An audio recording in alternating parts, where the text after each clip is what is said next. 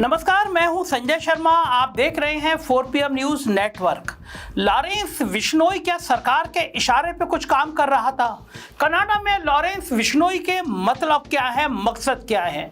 Lawrence Bishnoi के जरिए सरकार क्या क्या गेम करना चाह रही थी, ये खबर सही है या गलत है? और जो विदेशों के अखबारों में लॉरेंस बिश्नोई और कनाडा के लिंक की कहानियां छप रही हैं, वो पूरी सरकार के लिए बहुत खतरे की घंटी है। अगर मजबूत विपक्ष होता तो शायद इस मुद्दे पर सरकार के पसीने आ जाते। लॉरेंस बिश्नोई की कहानी का मैं एक एक सूत्र आज आपको बताने जा रहा हूं। इस सूत्र में आप पाएंगे कि लॉरेंस बिश्नोई के पीछे कौन है, आखिर लॉरेंस बिश्नोई को हिंदुत्व का एक बड़ा नेता बनाने की साजिश कौन कर रहा है। दरअसल दशहरे के दिन मुंबई में जाने माने पॉलिटिशियन पूर्व MLA बाबा सिद्दीकी की गोली मारकर हत्या कर दी गई थी। आपको पता है 66 साल के बाबा सिद्दीकी कुछ समय से अजीत पवार की NCP से जुड़े हुए थे, लेकिन इनका 30 साल से ज़्यादा का कैरियर कांग्रेस के साथ रहा था। 1992 में 1992 में म्युनिसिपल कॉर्पोरेटर का चुनाव जीतने से इनकी शुरुआत हुई और आगे चलकर कांग्रेस की सरकार में ये खाद्य विभाग के मंत्री भी बन गए। ये लगातार 3 बार की मुंबई की बांद्रा वेस्ट असेंबली सीट से MLA रह चुके थे। बांद्रा वही जगह है जहां फिल्मों के कुछ नामचीन सितारे रहते हैं, जिनमें से 2 नाम प्रमुख हैं, वो है शाहरुख खान और सलमान खान।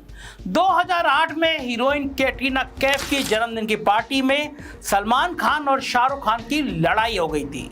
लड़ाई इतनी बड़ी कि कई साल बातचीत बंद रही। तब एंट्री होती है बाबा सिद्दीकी की।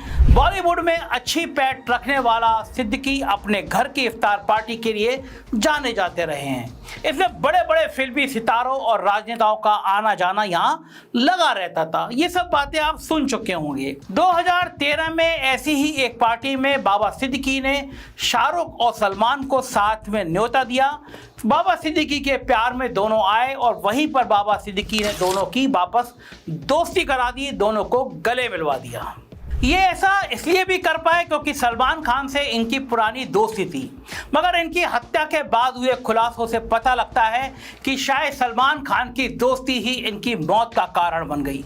आइए जानते हैं कैसे मुंबई के निर्मल नगर इलाके में एक ग्राउंड है, उसी के पास बाबा सिद्दीकी के बेटे जीशान का ऑफिस है, जो खुद एक MLA हैं।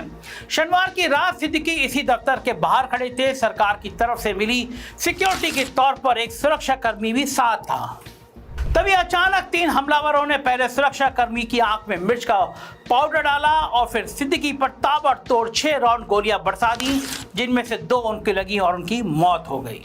पास से गुजर रहे दुर्गा पूजा के जुलूस में घुसकर हमलावरों ने भागने की कोशिश करी, लेकिन मैदान में ही 2 को धर दबोचा गया, लेकिन तीसरा भागने में सफल रहा।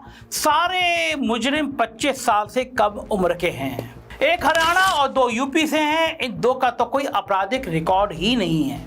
फिर क्यों और किसके कहने पर बाबा सिद्दीकी जैसे हाई प्रोफाइल आदमी की हत्या इन्होंने की, ये गुत्थी अगले दिन सुलझी। शुभम सोनकर नाम के एक अपराधी ने फेसबुक पर पोस्ट लिखी। शुभम लॉरेंस बिश्नोई गैंग से ताल्लुक रखता है। उसने फेसबुक पर क्या लिखा, आपको जो का त्यों पढ़कर सुनाता हूँ। सलमान खान, हम ये जंग नहीं चाहते थे, पर तुमने हमारे भाई का नुकसान करवाया। हमारी किसी से कोई दुश्मनी नहीं है, पर जो भी सलमान खान और दाऊद गैंग की हेल्प करेगा, अपना हिसाब किताब लगा के रखना। इसके मरने का कारण अर्जुन थापर और दाऊद का बॉलीवुड पॉलिटिक्स और प्रॉपर्टी डीलिंग से जुड़ना था। जय श्री राम, जय भारत, सलाम। पोस्ट से साफ है कि यह हत्या लॉरेंस बिश्नोई ने करवाई है, लेकिन एक गैंगस्टर के पोस्ट में जय श्री राम, जय भारत, दाऊद के लिए नफरत और शहीदों के लिए सम्मान कहां से आया, इसका भी खुलासा करूंगा। लेकिन पहले बता दूं कि जिस अनुज थावन की बात हो रही है, वो भी उन लोगों में से एक था जिन्होंने अप्रैल 2024 में सलमान के घर के बाहर गोलियां चलाई थी। बाद में खबर आई कि इसने जेल के अंदर खुदकुशी कर ली है, लेकिन इसके घर वालों का दावा है कि वो पुलिस टॉर्चर की वजह से इसकी जान चली गई। खैर, सिद्दीकी वाली वारदात से ये तो साफ हो गया है कि सलमान खान और लॉरेंस बिश्नोई की दुश्मनी खत्म होने का नाम नहीं ले रही है। मगर देश का एक सबसे बड़ा कलाकार और दूसरी तरफ सबसे बड़ा खतरनाक अपराधी क्यों एक दूसरे के सामने आए हैं, ये डिटेल भी मैं आपको बताता हूँ। 1998 के सितंबर और अक्टूबर महीने में सलमान खान राजस्थान में अपनी फिल्म हम साथ साथ हैं की शूटिंग कर रहे थे। उन पर आरोप है कि इस दौरान 3 अलग अलग घटनाओं में इन्होंने 2 चिंकारा हिरन और 2 काले हिरणों का शिकार किया। इसके लिए इन पर 4 केस फाइल हुए, जिनमें से 3 शिकार को लेकर थे और 1 अवैध असला रखने के जुर्म में। एक केस इनके साथी कलाकार पर भी चला। 12 अक्टूबर 1998 को ये गिरफ्तार हुए और 2 दिन जेल में रहे। 1998 से 2018 तक निचली अदालत को 20 साल का लंबा समय लग गया, लेकिन 2006 में 2 और 2018 में 1 मामले में ये दोषी साबित हुए। सलमान खान ने जो जिप्सी इस्तेमाल की थी उसमें से खून के छींटे मिले थे, वो उसी काले हिरन के थे जो मरा हुआ मिला था। सलमान खान को सजा दिलाने के लिए अदालत के पास ये सबसे बड़ा सबूत था। हालांकि 2016 में हाई कोर्ट ने इन्हें 2 मामलों में बरी कर दिया, जिसकी अपील आज भी राजस्थान सरकार की तरफ से सुप्रीम कोर्ट में पेंडिंग है। और 2018 में काले हिरन के शिकार में जब ये दोषी साबित हुए तो उसके खिलाफ की गई अपील सलमान खान की तरफ से ऊपर की अदालत में लंबित है। अलग अलग केस के इस मायाजाल में एक बात सबसे जरूरी है, वो है कि राजस्थान के जिस इलाके में सलमान खान आज से 26 साल पहले फिल्म बना रहे थे, वहाँ विश्नोई समाज के लोग रहते हैं। ब्लैक बक यानी काले हिरन को इस समाज के लोग पूजनीय मानते हैं। मान्यता यह भी है कि काला हिरन विश्नोई समाज के गुरु जंबेश्वर जी का अवतार है। पूरा विश्नोई पंथ गुरु जंबेश्वर जी के बनाए 29 नियमों पर चलता है। सब नेचर को बचाने को लेकर हैं, जिससे मांस ना खाना, पेड़ों को ना काटना और जानवरों की रक्षा करना शामिल है। जानवरों को और खासकर काले हिरन को बचाने के लिए विश्नोई समाज के लोग जान तक देने को तैयार रहते हैं। सलमान खान के खिलाफ FIR भी इसी समाज के लोगों ने कराई। 20 साल से ज़्यादा केस चलने के बाद भी अलग अलग मौक़ों पर सलमान खान केवल कुछ दिनों के लिए जेल में रहे हैं। विश्नोई समाज आज भी उनसे नाराज है। उनकी तरफ से सलमान खान को बोला गया कि वो उनके मंदिर में आकर माफ़ी मांग ले। बाबा सिद्दीकी की मौत के बाद यही बात भाजपा के नेता ने भी फिर से बोल दी है। लेकिन सलमान के लिए समस्या यह है कि माफी मांगने का मतलब अपराध को कबूलना हो जाएगा। इन सबके बीच एंट्री होती है लॉरेंस विश्नोई की। इसकी डिटेल्स बताती है कि लॉरेंस 1993 में पैदा हुआ, यानी 1998 में जब हिरन मारा गया लॉरेंस बस 5 साल का रहा होगा। तो क्या फिल्मी कहानियों की तरह लॉरेंस विश्नोई सिर्फ इसलिए बड़ा हुआ कि उसे बचपन से सलमान खान से बदला लेने की ठान ली थी? ऐसा लगता तो नहीं है। लॉरेंस विश्नोई की आज की उम्र केवल 31 साल है। इस कम उम्र में लंबे आपराधिक सफर की शुरुआत 2011 के आसपास की है।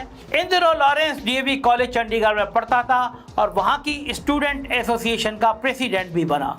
इस छात्र राजनीति के चलते 2010 से 2012 के बीच इस पर कुल 7 केस लगाए गए, जिसमें से अटेम्प्ट टू मर्डर, रॉबरी जैसी धाराएं थी। आने वाले वक्त में 4 केसों में ये बरी भी हुआ और 3 केस अभी भी चल रहे हैं। उस दौरान जेल भी हुई, लेकिन 2013 में जमानत पर बाहर आकर और केवल 20 साल की उम्र में मुक्तसर इलाके में छात्र नेता की हत्या के आरोप में लॉरेंस को सीजनल क्रिमिनल की श्रेणी में ला दिया। 2014 में एक पुलिस एनकाउंटर के बाद लॉरेंस को गिरफ्तार किया गया और तब से ये जेल में ही हैं। हालांकि जेल से अपने अपराध का ऐसा सिंडिकेट चला रखा है कि सुरक्षा एजेंसी भी सकते में है। 2023 में जेल में बैठे बैठे इसने ABP न्यूज के पत्रकार को इंटरव्यू दे डाला। यहाँ इसने फिर से यही बात कही कि इसके जीवन का सबसे बड़ा मकसद सलमान खान को मारना है। इस तरह जेल से इंटरव्यू की घटना पर पंजाब हाई कोर्ट ने जांच के लिए SIT बिठा दी। सुप्रीम कोर्ट ने पत्रकार की गिरफ्तारी पर तो रोक लगा दी, लेकिन जेल से इंटरव्यू यानी सुरक्षा में सेंध पर काफी चिंता जताई। बात सिर्फ इंटरव्यू देने तक नहीं थमती। विश्नोई ने जेल से ही अपना पूरा नेटवर्क चला रखा है। वॉइस ओवर, इंटरनेट प्रोटोकॉल और डिब्बा कॉलिंग जैसे आधुनिक तरीकों से अनट्रेसेबल कॉल्स की जाती है, जो पकड़ में नहीं आती है, जो पुलिस के सर्विलांस नेटवर्क में भी नहीं आती है। इन्हीं तरीकों से लॉरेंस जेल के अंदर ऑर्डर कर देता है और 5 राज्यों में फैले 700 शूटर हुक्म बजाने को तैयार रहते हैं। देश से बाहर भागे हुए इसके 2 साथी गोल्डी बरार और रोहित गोदारा और खुद का छोटा भाई अनमोल विश्नोई बाहर से नेटवर्क देखते हैं। जिस तरह फिल्मों में जब कोई हीरो किसी गैंगस्टर का रोल करता है तो उसके आसपास रॉबिन हुड सरीका एक माहौल बना दिया जाता है, जैसे कि वो दिल का बहुत अच्छा है, मजबूरी में अपराध की दुनिया में आया, वैसे ही देशभक्त है, वगैरह वगैरह। कुछ इसी तरह लॉरेंस बिश्नोई भी अपने आप को प्रोजेक्ट करता है। इस बात के 3-4 पहलू हैं। नंबर 1, भारत के सबसे बड़े भगोड़े अपराधी दाऊद इब्राहिम को भी यह अपना दुश्मन कहता है। बाबा सिद्दीकी की हत्या के बाद भी यह बात फेसबुक पोस्ट में कही गई। लेकिन इस बात का दूसरा पहलू मैं बताने जा रहा हूं कि लॉरेंस बिश्नोई बॉलीवुड में अपनी ताकत बढ़ाना चाहता है। बॉलीवुड में ग्लैमर भी है और पैसा भी, इसलिए 70 से 90 के दशक में मुंबई माफिया के 3 बड़े धंधे थे: स्मगलिंग, एक्सटॉर्शन और बॉलीवुड में दखल। लॉरेंस बिश्नोई गुजरात की साबरमती जेल में स्मगलिंग के केस में बंद है। एक्सटॉर्शन यानी फिरौती की कॉल उसके गैंग के लोग बिजनेसमैन को करते रहते हैं। बचा बॉलीवुड, जहां सलमान के काले हिरन मामले ने लॉरेंस को बॉलीवुड में अपनी पैठ बढ़ाने का बहाना दे दिया है। नंबर 2, हिंदू देवी देवताओं की रक्षा उठाने का जिम्मा भी लॉरेंस का दावा करता है, इनका गैंग दावा करता है। इसके तहत काला हिरन मामला तो है ही है, लेकिन ताज़ा खबर बता रही है कि लॉरेंस की हिट लिस्ट में मुनव्वर फारूकी का नाम भी शामिल है, जो एक स्टैंड अप कॉमेडियन है और अपने एक शो में हिंदू देवताओं पर आपत्तिजनक टिप्पणी के लिए कुछ दिन जेल में भी रहकर आ चुका है। नंबर 3 और बड़ा महत्वपूर्ण 3, इस बिंदु पे खास ध्यान दीजिएगा, खालिस्तानी एजेंडे के पूरी तरह खिलाफ है लॉरेंस गैंग। कनाडा पुलिस ने अपने कोर्ट में यह बयान दिया है कि भारत सरकार लॉरेंस गैंग के गुर्गों की मदद से कनाडा में खालिस्तानी आतंकियों को टारगेट करती है, खालिस्तानी नेताओं को टारगेट करती है। उनके शब्दों में इस दावे में कितनी सच्चाई है या नहीं ये तो वक्त बतलाएगा, लेकिन जिस तरह सलमान खान की पीआर टीम काम करती है वैसे ही लॉरेंस भी अपने आप को प्रोजेक्ट कर रहा है। इसके अलावा शिकार के मामले और फुटपाथ पर गाड़ी के नीचे आदमी मारने के आरोपों के बाद भी सलमान खान की एक अच्छी पहचान है, जिसमें वो बीइंग ह्यूमन नाम से चैरिटी करते हैं। अलग अलग वक्त पर लोग इनकी दरियादली की तारीफ भी करते हैं। उसी तरह मनमाने तरीके से लोगों की जान लेने के बावजूद लॉरेंस गैंग हमेशा एक जस्टिफिकेशन देता है। अपराध होने के बाद इनकी तरफ से किए खुलासे हमेशा एक कारण देते हैं, जैसे सिद्धू मूसेवाला ने इनके दोस्त को मरवाया इसलिए उसको मारा, बाबा सिद्दीकी का दाऊद के साथ कनेक्शन था इसलिए उसको मारा, सलमान खान ने काले हिरन का शिकार किया इसलिए उसको मारेंगे। अगर इस तरह सब कहने और करने लगेंगे तो फिर कानून और अदालत का काम कहाँ बचेगा। और शायद कानून वाकई में कमज़ोर हो चुका है जो इस तरह का माहौल है। अगर 26 सालों के बजाय 2-3 सालों में काले हिरन मामले का निपटारा सुप्रीम कोर्ट तक हो जाता तो या तो सलमान जेल काट कर आ चुके होते जैसे संजय दत्त के साथ हुआ, और अगर सलमान सबसे बड़ी अदालत से बरी हो चुके होते तो अपने बचाव में उनके पास दलील होती। और दोनों ही शर्तों में लॉरेंस बिश्नोई के पास 2018 से आज तक सलमान को टारगेट करने का कोई कारण नहीं होता। इसलिए काले हिरन के मामले में सबसे बड़ा अपराधी है कछुए की चाल से चलने वाली हमारी न्याय व्यवस्था। इसी तरह 20 और 22 साल के नौजवान देश के लिए बंदूक उठाने की बजाय फटाफट लॉरेंस बिश्नोई के लिए बंदूक उठाने को कैसे तैयार है। नशे और बेरोजगारी से घिरे हुए पंजाब में हर पार्टी की सरकार आई, मगर वही ढाक के 3 पात। बेरोजगारी का यह जाल तो हर शहर और प्रांत में फैल रहा है। मैं भी कश्मीर होके आया, वो भी ड्रग्स के जाल में फंस गया है। तो अगर सरकार अपने युवाओं को अच्छी शिक्षा और रोजगार की उम्मीद देने में नाकाम है तो फिर ये सब तो होना है। और साथ ही हमारी फिल्में और उनके गाने अपराध को ग्लोरीफाई करेंगे। छोटे बच्चे अगर बंदूकों के गाने सुनकर बड़े होंगे और फिल्मी पर्दे पर डॉन, पठान और मुंबई मेरी जान जैसी फिल्मों के हीरो को गैंगस्टर में देखेंगे तो अपराध की दुनिया में कदम रखना उन्हें उतना मुश्किल नहीं लगेगा। अब यहाँ कुछ लोग सवाल पूछ सकते हैं कि हर बेरोजगार तो अपराधी नहीं बन जाता, फिल्में देखकर सबको तो गैंगस्टर नहीं बन जाते, फिल्में सबको तो गैंगस्टर नहीं बना देती। मेरा ऐसे लोगों से सवाल है, क्या हमें देश के हर युवा के अपराधी बनने का इंतजार है? अगर केवल 31 साल का एक लॉरेंस बिश्नोई 700 लड़कों के साथ पूरे देश की कानून व्यवस्था को हिलाए रख सकता है, सोचिए अगर ऐसे 100 लॉरेंस और हर एक के नीचे 700 युवा जुड़ गए तो देश कहां जाएगा। सलमान खान के काले हिरन मामले में अंतिम फैसला अभी सुप्रीम कोर्ट को करना है और कोर्ट को ऐसा जल्दी करना चाहिए ताकि पूरे मामले की क्लोजर मिल सके। वहीं दूसरी तरफ युवाओं से मेरी अपील है कि लॉरेंस बिश्नोई को अपना आदर्श ना बनाएं। जेल से अपराध का साम्राज्य चल सकता है, मगर माँ का आंचल, बाप की मुस्कुराहट, बीवी बच्चों की खुशियाँ हमेशा के लिए दूर हो जाती हैं।